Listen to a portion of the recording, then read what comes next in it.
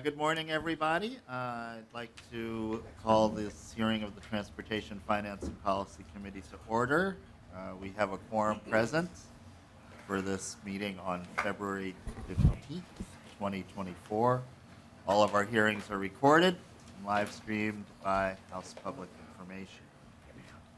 So I want to remind everyone that the basement hearing room is now going to be our permanent place of meeting. Don't wander over to 120, although I love that room. It's reserved for rules on the days we meet at 10:10, so we'll have little flexibility to go overtime. So we'll try to get our hearings in. Usually don't go too much overtime anyway, but just wanted to let you know that we'll have to vacate pretty quickly. And for those in the public, we're going to have to also have some more parameters on limiting testimony. So we have a whole new team transportation, so I'd like to introduce them. We have our a new committee administrator sitting to my right, Matt Bauman. You have Matt. We have a new committee legislative assistant, Tenzin Sangyang. Welcome, Tenzin. And researcher on the DFL side, Kyle Schwab. And we have a wonderful page, Rachel Ansario. Here's Rachel. Yeah. Okay, so she's great, and I hope you get to know her as well. We have two sets of minutes to approve today. The first is for March 31st, 2023, if you want to take a trip down memory lane. Representative Petersburg. Thank you, Mr. Chair. As I was reading them over, I noticed all the great amendments at the end that didn't prevail. That saddened me a little bit, but I will move the approval of March 31st minutes. Is there discussion? All those in favor signify by saying aye. Aye. All opposed, the motion carries. Yeah, there you go. And then the second set of minutes more recently, that was our transit safety update hearing, implementation hearing. That was from December 12th, Representative Petersburg. Thank you, Mr. Chair, and I'll move those minutes as well. Thank you. Okay. Discussion? All those in favor signify by saying aye. Aye. All opposed, that motion prevails. So, members, we have two bills on the agenda today. Our first is House File 3436. Vice Chair Tabke.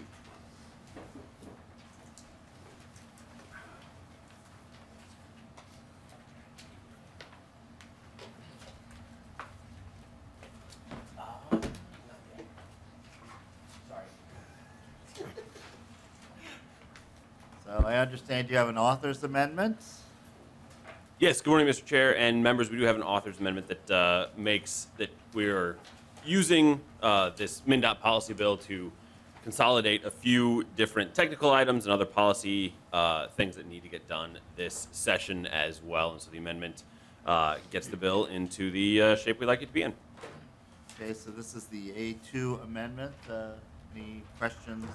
Oh, we should probably move the bill first, huh? Oh, yeah. We're going to move. Yeah, please move the bill. Mr. Chair, move the House File 3436 to be sent to Ways and Means. Okay. Now, so the bill is before us. The amendment is before us. Any discussion to the A2? Okay. All those in favor of the A2 amendment signify by saying aye. Aye. All opposed? That motion prevails. So now we have House File 3436 as amended before us. Vice Chair Tabke.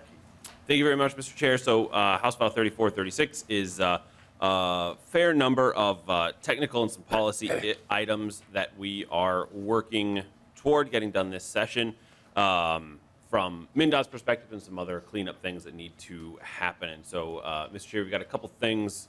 If Mr. Burris could walk through the bill to go through the items and then represent, there's some trunk highway bond fixes that are in the amendment that we just added to the bill, and Representative Bakeberg is here to talk about those at whatever time you would like to do that. So I'd say we should walk through the bill first, and then Representative Bakeberg can say a few things about that, and then we can move on to discussion if that would work. That sounds good. Mr. Burris. Mr. Chair and members, I'll just do a brief pass through the provisions in House File 3436. So Article 1 contains a number of policy provisions. The first of those is to eliminate a prohibition on spending from a couple of different funds for electric vehicle infrastructure. Following that, sections 2 through 4 make a series of changes that involve a turnback of Trunk Highway 123 to Pine County, along with some corresponding redesignations and changes to statutory descriptions of routes that are laid out for the trunk highway system in state statute. Sections 5 and 6 relate to a couple of contracting preference programs that MnDOT has that increases the preference rate from 6 to 12% in each of those programs. Section 7 makes some driving rule changes related to U-turns and reduced conflict intersections. And then sections 8 and 9, as well as a repealer later in this article, eliminate a concept that, as I understand, is no longer used in the transportation realm around safety zones. Moving then to section 10, this makes some modifications to requirements around when special permits are required or not required for loads that are divisible or not divisible. So some clarifications along those lines. Section 11 makes some changes in MnDOT's agency requirements on performance measurements and in the planning process. Section 12 makes a modification to the Safe Routes to School program. It eliminates the conditions in some cases where a set of regulations requiring safe routes to school infrastructure is required. Section 13 makes a modification to 2023 legislation that had made an appropriation for disaster aid, and that change is to broaden the uses of those funds. Section 14 is the other piece of the safety zones elimination. So there's a repealer of the definition as well as one of the requirements, substantive requirements around safety zones. And then on page 11, if you're following along in the bill, Article 2 makes a series of changes to the Greater Minnesota Transit program and assistance that is administered by MnDOT. Rather than going section by section, I'll just highlight a couple of the elements that are in that article. The first is a series of definition changes. That's both to the terms being used as well as what the definition is for some of the terms and concepts that are used in Greater Minnesota Transit, and that includes adding a new classification for a type of transit that's provided. And then there's some changes to the procedures around financial assistance for transit, along with elimination of the rule-making authority and the corresponding existing administrative rules to administer the program for assistance. And then finally, there's some repeal of terms that are no longer used as a result of the other changes. And then finally, there's also some modification to a legislative report that's required on Greater Minnesota Transit. That, Mr. Chair, is the high-level overview. Okay, any questions from the members? Lee Petersburg. Thank you, Mr. Chair. And Mr. Burris, can you, again, just kind of explain the issue around the divisible, non-divisible roads? Why did we need to change that? Mr. Chair. Tabke?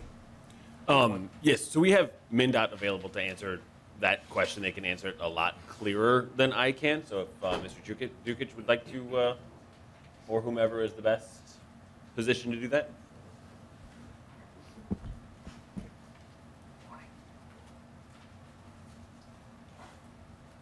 Good morning. Welcome to the committee. Please state your name for the record and proceed with the testimony or answering the question. Good morning, committee members and Mr. Chair. My name is Laura Rhodes, and I am the director of the Commercial Vehicle Operations Section at MnDOT.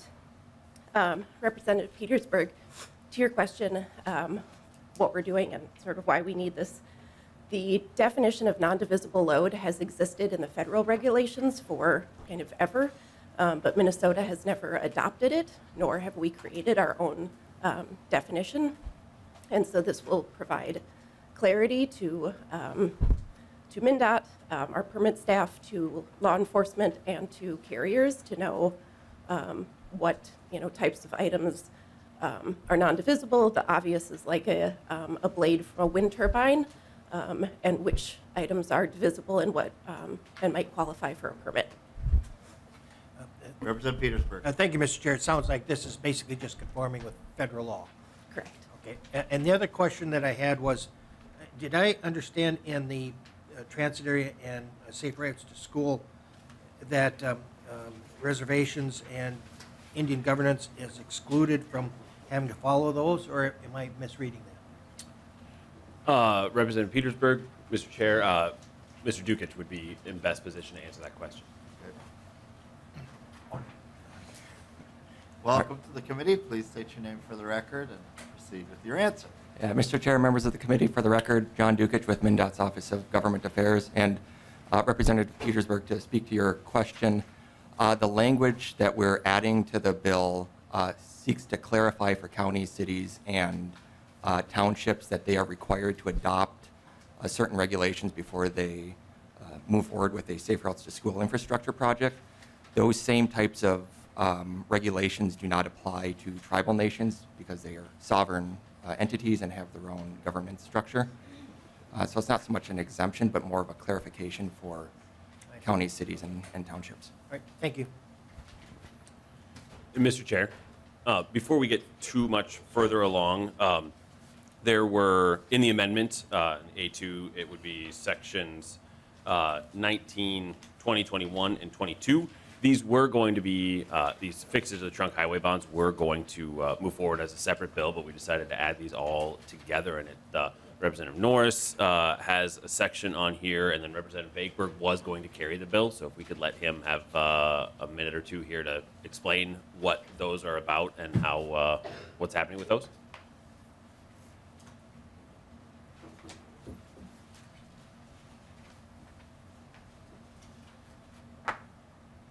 Representative Vakeberg, welcome to the committee.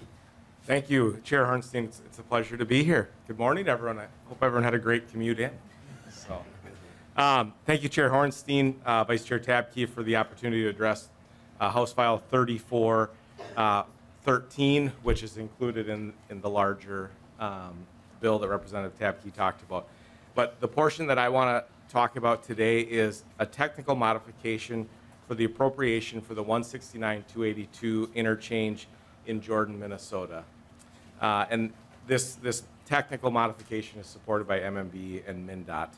So the technical correction has been requested by Scott County, and Vice Chair Tabke and I are pleased to work together and author this together. When the legislation, it's a really pretty simple fix. When the legislation was passed last spring, MnDOT had not yet committed to delivering the project, and then that agreement was solidified this summer after we had already passed the bill. So this correction strikes the grant. So this is the specific aspect. This correction strikes the grant for Scott County and directly appropriating the monies to MnDOT. And this is really important for Scott County because it ensures that Scott County will not have to carry that $4.2 million and then be reimbursed at a later date. So it's really pretty that simple. Thank you for the opportunity to discuss this important safety project for Scott County, but also for the state of Minnesota. And we are really looking forward to getting this project done. And we had a wonderful ceremony this fall and would just invite members of the committee and Chair Hornstein down for the ribbon cutting ceremony coming soon. Thank you, Representative Vakeberg. Any questions? And Vice Chair Tabke, this is a similar situation with all of these trunk highway corrections. Is that Yes, Mr. Chair, it's the exact same situation. situation for the four different trunk highway bonds that are being the technical fix for those. Good. I'm glad we clarified that. All right. Any further questions about the bill as amended? Representative Cagle. Thank you. I think this question would be for MnDOT.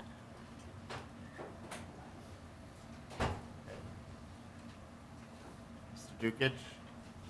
Thank you, Mr. Chair. So I'm looking at page 6, the trunk highway performance, resiliency, and sustainability section, and removing the annual targets, and then some of the other performance measures are being changed, as well as some of the language around it. So I'm just kind of curious, if you're not doing annual reporting, when will the reporting be done? Where data is allowed, is there places where this data isn't being collected? This kind of section worries me a little bit. Mr. Chair, Representative Cagle, the changes to the report are requested because there are certain forms of information or data that aren't available. We're not asking to no longer deliver the report. That would still be, we'd still produce the report. But there's simply some targets are not available on an annual basis. Sometimes it's 2 years or 4 years for federal targets, or 5 years in some cases. And so stipulating an annual target, it doesn't quite conform with how those measures or targets are defined in other areas of federal law, or how the FHWA might produce them. Thank you. Any other questions?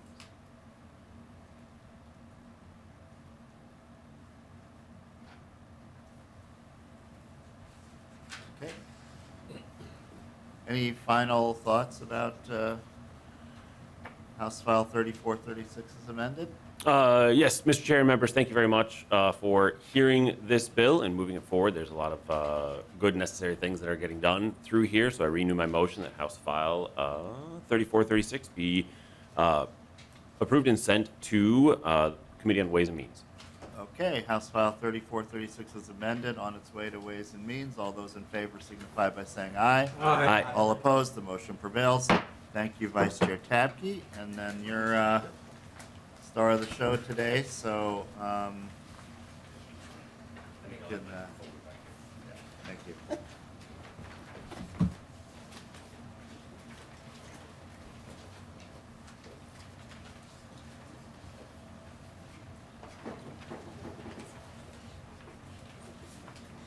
Okay.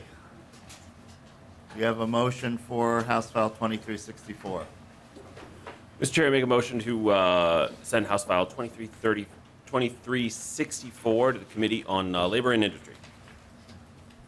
Okay. That is the motion, and let's hear all about House File 2364. Is there an amendment? Oh, Yep. sorry about that. Good. A2. Mr. Chair, the A2 amendment has some technical changes that were necessary on this bill just for drafting purposes. So we appreciate a yes vote to get the bill in the order we'd like it to be in. All right. On the A2, is there discussion? All those in favor signify by saying aye. Aye. All those opposed, the motion prevails.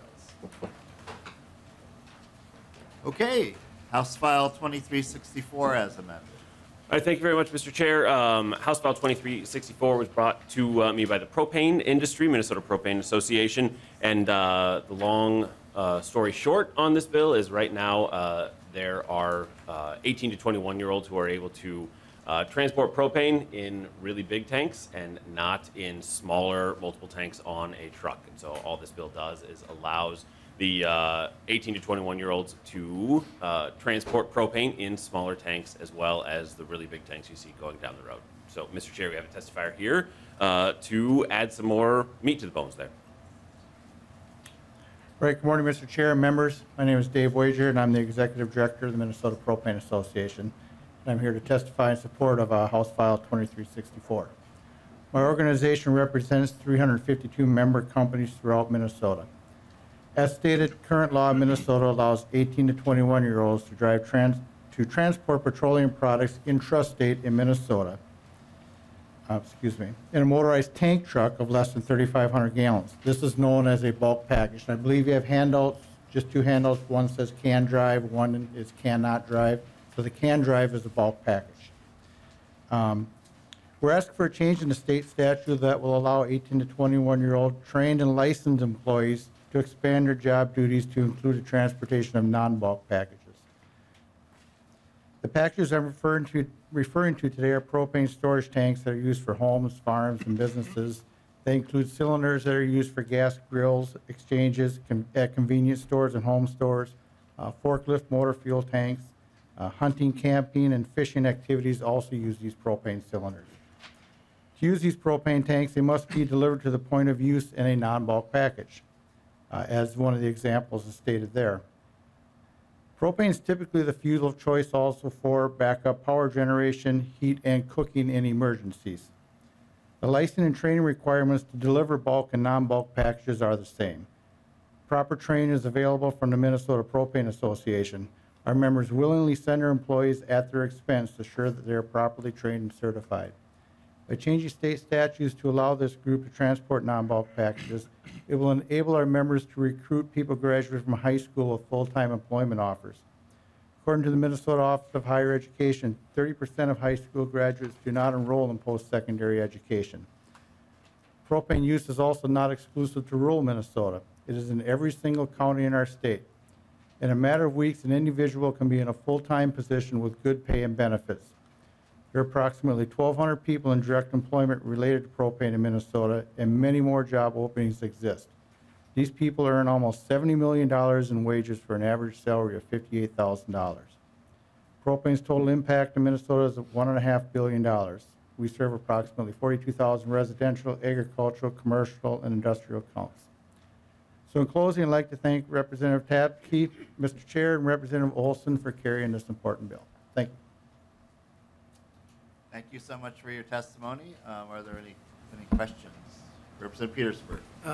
Thank you, Mr. Chair, and thank you for bringing this bill, Vice Chair Tabke. Appreciate that.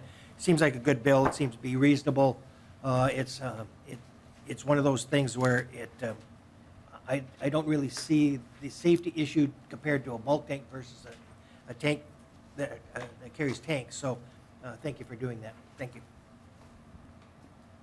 Great. Appreciate that. I guess I'll speak to my... Yes, you're an author. Yeah, I guess... The co-author of the bill. Yeah, very, very excited that I made it in time to talk about this bill, which I think is an excellent change to clarify some aspects of this law of carrying bulk fuel in containers as opposed to in a large tank. You know, getting an individual right out of high school, getting them a very good job. If you're a commercial truck driver of any sort, you have a good paying job that has excellent benefits and a way for you to provide for your family and for your future. So this is a wonderful way that we can ensure that not only do we have an issue trying to find individuals to perform work, and no one wants to be around when your furnace stops running because you don't have someone over the age of 21 to deliver your fuel to you. This is a great way to clarify the bill, make it cut and dry, and I truly don't believe there's any safety issues with regards to a humongous tank full of petroleum products versus smaller tanks. So great bill. I was pleased that the industry, the propane industry, came and asked us to co-author this, and I appreciate Representative Tabke bringing it to me because I'm a commercial truck driver myself, but do not have the hazardous material endorsement, so I could not do this even if I was even at a slightly older age than 18. So thank you, Mr. Chair. Thank you, Representative Tabke. Thank you, Representative Wilson. Representative Kraft. Mr. Chair, I was wondering if someone had checked Representative Olson's driver's license to see that he's of proper age. Is there anyone from DVS? It's actually new. It was my birthday in January. It says it right there. Okay. All right. Well, I'm glad we got that clarified. It's too hard to get it. Okay, with that, any closing comments? Thank you very much, Mr. Chair and members. Just appreciate everybody's support and everybody's helping to move this forward. So, Mr. Chair, I renew my motion that House File 2364 be moved to the Committee on Labor and Industry. As amended. As amended, thank you. Okay. Any further discussion? All those in favor signify by saying aye. Aye. All opposed, the motion prevails. Members, we were originally going to have MnDOT do the funds forecast at this section, but there's going to be another forecast coming up here in a few weeks, so we might as well. It was a great suggestion from Representative Petersburg, as he often helps with this. So with that, thank you, Vice Chair Tabke. We have no further business before the committee, and we'll meet again on Tuesday. We are adjourned.